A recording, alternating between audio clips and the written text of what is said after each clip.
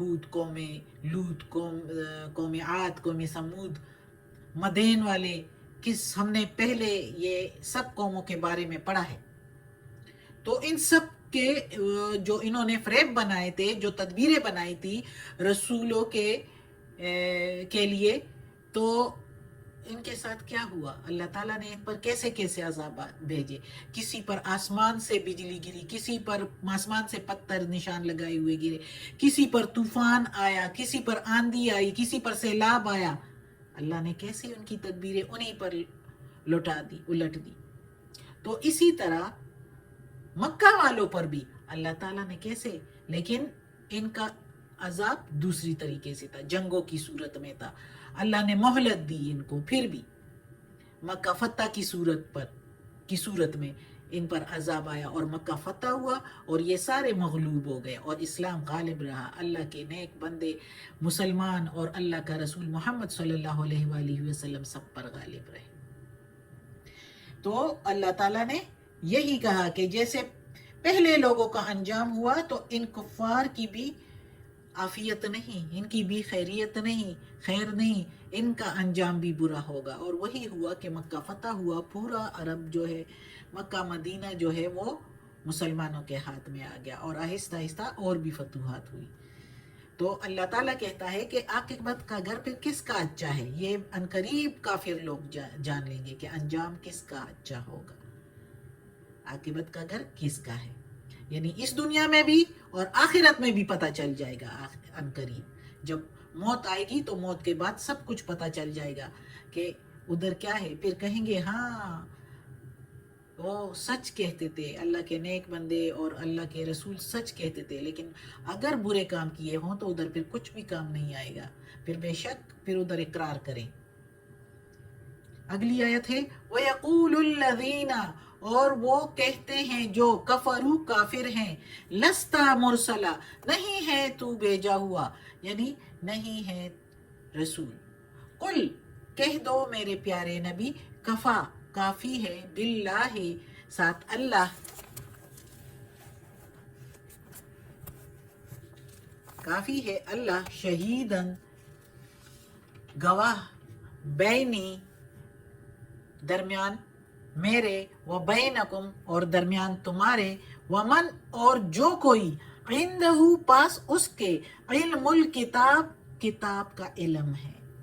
یعنی کافی ہے گواہ اللہ میرے اور تمہارے درمیان اور وہ لوگ جس کے پاس اللہ کے کتابوں کا علم ہے. ابھی تفسیر میں پڑھیں گے پھر زیادہ سمجھ آئے گی کہ یہ لوگ تو تمہیں جھٹلاتے ہیں. وَيَقُولُ الَّذِينَ كَفَرُوا لَسْتَ مُرْسَلًا، یعنی یہ لوگ کہتے ہیں کہ یہ رسول نہیں ہے. مشرکین بھی کہا کرتے تھے اور زیادہ تر وہ یہودی بھی جو دنیا ہی کی رونقوں میں ڈوبے ہوئے تھے. جو سچے یہودیوں میں بھی اور عیسائیوں میں جو صحیح علم والے تھے تو وہ تو ایمان لے آئے، لیکن وہ بہت کم لوگ تھے یہودیوں میں. عیسائیوں میں پھر بھی زیادہ تھے، یہودیوں میں بہت کم لوگ تھے. زیادہ تر یہودی جو ہے انہوں نے تورات میں بہت سی چینجنگ کی تھی اور اپنی ہی کتاب بنائی تھی جسے یہ تلمود بھی کہتے ہیں، اور اس میں اپنے نفس کے مطابق، اپنی خواہشات کے مطابق جو ہے سب کچھ لکھا تھا، زیادہ تر چینجنگ کر کے. اور رسول محمد صلی اللہ علیہ وآلہ وسلم کا جو خلیہ اس توریت میں بتایا گیا تھا، خلیہ مبارک، تو وہ سارا چینج کر دیا لوگوں کے آگے کہ لوگ رسول محمد صلی اللہ علیہ وآلہ وسلم کو پیغمبر نہ مانے، ورنہ تو ہماری سرداری اور ہماری جو ہمیں علماء کہتے ہیں، ہم سے پوچھ گچھ کرتے ہیں سارے معاملات میں، تو وہ تو ختم ہو جائے گی. تو اس لیے وہ جھٹلاتے تھے، وہ کہتے تھے یہ سچا رسول نہیں ہے، نعوذ باللہ. اور مشرکین عرب بھی کہا کرتے تھے اور اسی طرح یہودی بھی. تو اللہ تعالیٰ کہتا ہے کہ ان کے جھٹلانے سے کچھ نہیں ہوتا. اللہ تعالیٰ ان کے جھٹلانے کو کوئی اہمیت نہیں دیتا.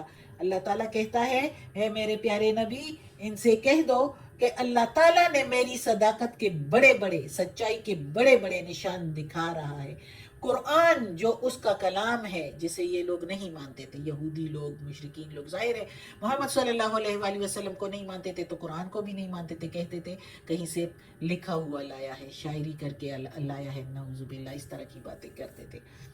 تو اللہ تعالیٰ کہتا ہے کہ ان سے کہہ دو کہ اللہ ہی میری سچائی کے لیے کافی ہے.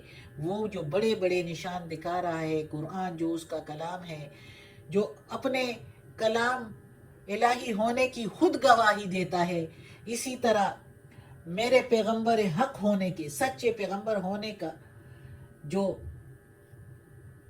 گواہ ہے، اگر آنکھیں کھول کر دیکھو تو سخت مخالفت کے حالات میں سچ کا اس طرح اس شان سے پھیلنا اور پھیلتے جانا اور دشمنوں کے دلوں میں گھر کرنا اور جھوٹ کا خاتمہ کرنا، خدا کی طرف سے کھلی ہوئی گواہی ہے کہ نہیں میری سچائی کے لیے کہ میں سچا پیغمبر ہوں، جس طرح اسلام پھیل رہا تھا اس وقت. تو اس کے لیے اللہ گواہ کافی ہے، اس دنیا میں بھی آخرت میں بھی. اور پھر اللہ تعالیٰ مزید کہتا ہے کہ جن کو قرآن کا علم اور اس کے حقائق کی خبر ہو گئی ہے، وہ بھی دل سے گواہی دیتے ہیں کہ میں نے کچھ جھوٹ نہیں بنایا. اور جنہیں پہلی کتابیں ملی ہے، آسمانی کتابیں، جیسے کہ یہودیوں کو تورات اور عیسائیوں کو انجیل، عیسیٰ علیہ السلام کو انجیل، تو ان کی پیشن گوئیوں کی اطلاع ہے ان کے دلوں میں، وہ بھی گواہی دیتے ہیں کہ محمد صلی اللہ علیہ وآلہ وسلم ٹھیک ان پیشن گوئیوں کے مطابق تشریف لائے ہیں جو سینکڑوں سال پہلے موسیٰ علیہ السلام اور عیسیٰ علیہ السلام نے وہ پیشن گوئیاں دی تھی. وہ محمد صلی اللہ علیہ وآلہ وسلم اس کے مطابق ٹھیک ہے، اسی طرح سچے پیغمبر ہیں. تو جب ان پیغمبروں نے یہ گواہیاں دی اور ان کے مطابق پھر وہ علماء جو اس کتابوں کے تھے تو انہوں نے بھی گواہی دی، لیکن بہت سے ایسے علماء بھی تھے جنہوں نے چھپا لیا، کچھ تھوڑا سا مول لوگوں سے لے کے، بادشاہوں سے لے کے اس کو چھپا لیا تاکہ عیسائیت اور یہودیت کا بول بالا رہے اور سرداری ان کے علماء کی رہے.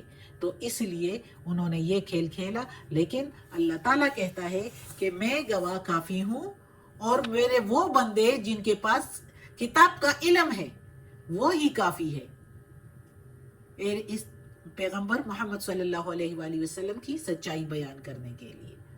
صدق اللہ العظیم. آج کا سبق ختم ہوتا ہے اور سورہ رعد بھی آج ختم ہوئی، آخری آیت تھی ہے. صدق اللہ العظیم. اللہ ہمیں توفیق دے کہ اس قرآن مجید کا ترجمہ مکمل کریں اور اس پر عمل کرنے کی توفیق دے. یہ جو ہمیں اللہ بتا رہا ہے کہانیاں ان کی ہے، اس وقت کی ہے، قصے اس وقت کے ہیں، لیکن ہمیں عبرت کے لیے اور ہمیں سمجھنے کے لیے اللہ ہمیں فہم دے، سمجھ دے کہ ہم اس کے مطابق زندگی گزارے، اس کو سمجھ لے اور اللہ کے سیدھے راستے اور اللہ کے احکامات کے مطابق زندگی گزارے. آمین. یا اللہ یہ تیرے کے کلام قرآن مجید کی تلاوت کی، ترجمہ اور تفسیر کے ساتھ اس میں کوئی غلطی ہوئی ہو، زہر زبر پیش میں، تلفظ میں، یا اللہ معاف کر دینا، تو معاف کرنے والا مہربان ہے. ہمیں عافیت والے معاملات دیں، ہماری بیماریاں، تکالیف، پریشانیاں اور برائیاں ہم سے دور کر دیں. یا اللہ ہمیں اپنے نیک اور صالح لوگوں میں شامل کر دیں. آمین.